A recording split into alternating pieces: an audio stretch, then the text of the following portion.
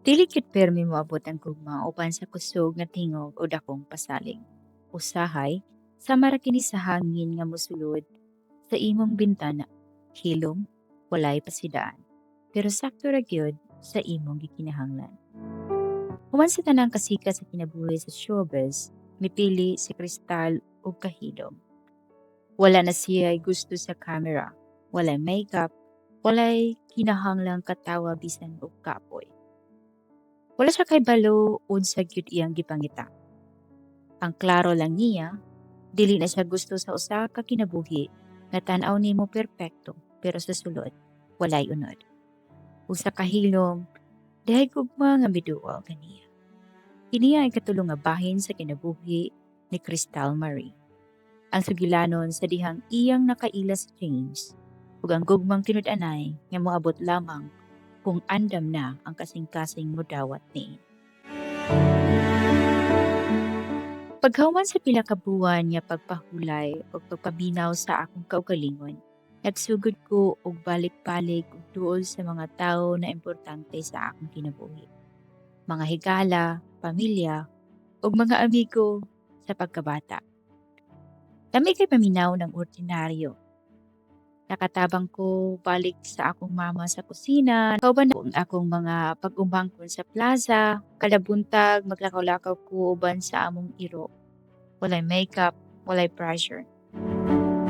Sa usa ka ordinaryong adlaw, giimbita ko sa birthday sa akong igagaw. Simple ra nga garden dinner. Walay artista, walay media. Tao ra nga tinud-anay.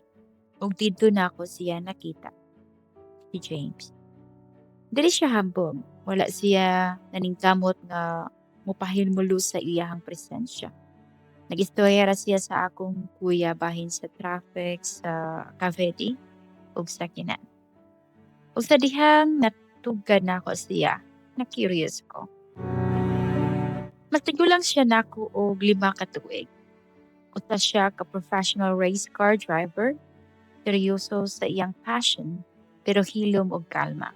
Wala siya kalibutan sa showbiz. Sa tinuod lang, dili gani siya hilig og TV. Pagpamilya niya nako, ingon ra siya, "Hi, I'm James. Kaibigan ako ng kuya mo." Wala lang akong kalamalam na may artista pala siyang kapatid. Walay labis, walay drama, walay pagpangayo ug atensyon. Gipaila-ila lang niya ang iyang tinuod na kagalingon. Gabi nga to, nagtapad mi sa bangko. Naglingkod, nag-inom og iced tea samtang naghisul sa music. Walay showbiz, walay chika, music lang og katawa. Sa iyang presensya, nakasinati ko og kalinaw. Wala ako nagdali. Nasakitan na baya ko sa una katong mga lalaki nga gihigugma lang ang imahe nako pero dili gid ako. Dili pa ko andam. O si James, isabot ko. Amigo rami. Mapalibad siya sa paghatod nako kung basis siya, pero kung makaya, mag-offer siya og sakay pauli. Mag-tag siya og huwag ka masyadong mag-isip. Maging okay ka rin. Dili para kilig, pero para sa kalinaw nga iyang dala. Sa kaadlaw, sa tingulan, gihatdan ko niya og pan nga paborito nako. Gikan pag-cute sa panaderya nga ako lang gi-mention kadali sa among una nga istorya. Dili siya mahal, dili siya grandioso, pero gipanumbalin ko niya. Paglabay sa mga buwan, mas nakaduol mi. Dili sa dagkong events, kundi sa mga hilom nga dapit, bookstores, timbahan, o usahay sa grocery stores. Wala niya ko gipasayaw sa camera, wala siya paki kung wala ako'y makeup, wala siya nangayo og artista. Gusto lang niya ang kristal nga tinud-anay. Hinay-hinay natunaw akong kahadlok. Usa ka gabi, naglingkod mi sa baybayon sa Batangas. Naglantaw sa sunset. Ingon ko niya, "Sa'yo, sobrang simple ng lahat."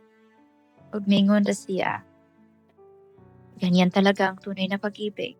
Hindi perpekto, pero totoo at matiwasay." Pero bisan pa sa kalinaw, naagi hapon ko'y kahadlok. Ni-open up ko niya. Paano kung malalaman ito ng social media? Paano kung katulad lang ganito sa naranasan ko dati? Paano kung hindi ako sapat? Nakahila ko sa iyang atubangan, panwala siya ni Ikyas. Ipagtara niya ang akong kamot ug niingon siya, I'm not looking for perfection. I just want the truth. That night, nakasinati ko og kahayag nga hilom. Dili kay na in love ko, pero nakakad-on ko og pagsalig. Among relasyon, tinago. Walay post, walay interviews, apan puno sa tinuod. Tinuod nga mga istorya, tinuod nga katawa, ug tinuod nga presensya. Nagampo mi. Naghisgot mi og damgo dili para sa limelight kundi para sa pamilya ug kinabuhi nga malinawon. Sa usa ka interview, ako mingon. Mahal ko siya dahil sobrang totoo at humble niya. Napaka down to earth niya and he accepted me for being me. Not as an actress, but the real me. Usa ka gabi human sa among panihapon sa balay. Giimbita ko ni James sa atop sa among balay. Walay photographer. Walay spotlight. Langit ra ug usa ka Bluetooth speaker. Gihatagan ko niya og suwa. Nakasulat dito ang tanang butang nga iyang gihigugman ako. Akong kaisog, akong katawa, akong gugma sa mga bata, akong kasing-kasing. Sa katapusan sa sulat, nagingon. Samahan mo ba ako sa buhay na tahimik at forever? Pagtanaw na ko niya, nagput siya og sing-sing. Dili mahal pero angay gid ako. Mahila ko, nakakatawa, ug miingon.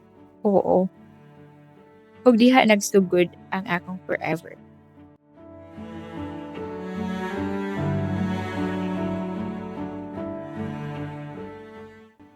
Wala damhan ni kristal nga moabot ang gugma sa kalit. Nidangat kini dihang iyang gipili ang kahilom. Ug sa maong pagpili, nakaplagan niya ang usa ka lalaki nga mipili pud niya. Dili kini showbiz nga gugma, dili pa sikat, dili pang istorya lang. Kini ang gugma nga naghilom apan nagpabilin. Ug usahay ka ra gyud ang atong gikinahanglan.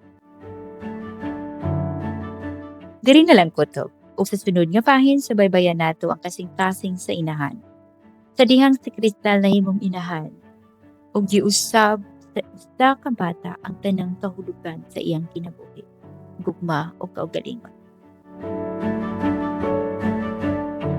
Salamat kaayo sa inyong pagpaminaw sa ikatulong nga bahin sa istorya sa kinabuhi ni Crystal Marie. Kung nakahatag kini og inspirasyon nimo, palihog i-like, i-subscribe ug i-share kini nga video. Hangtod sa sunod nga bahin. Amping og daghang salamat.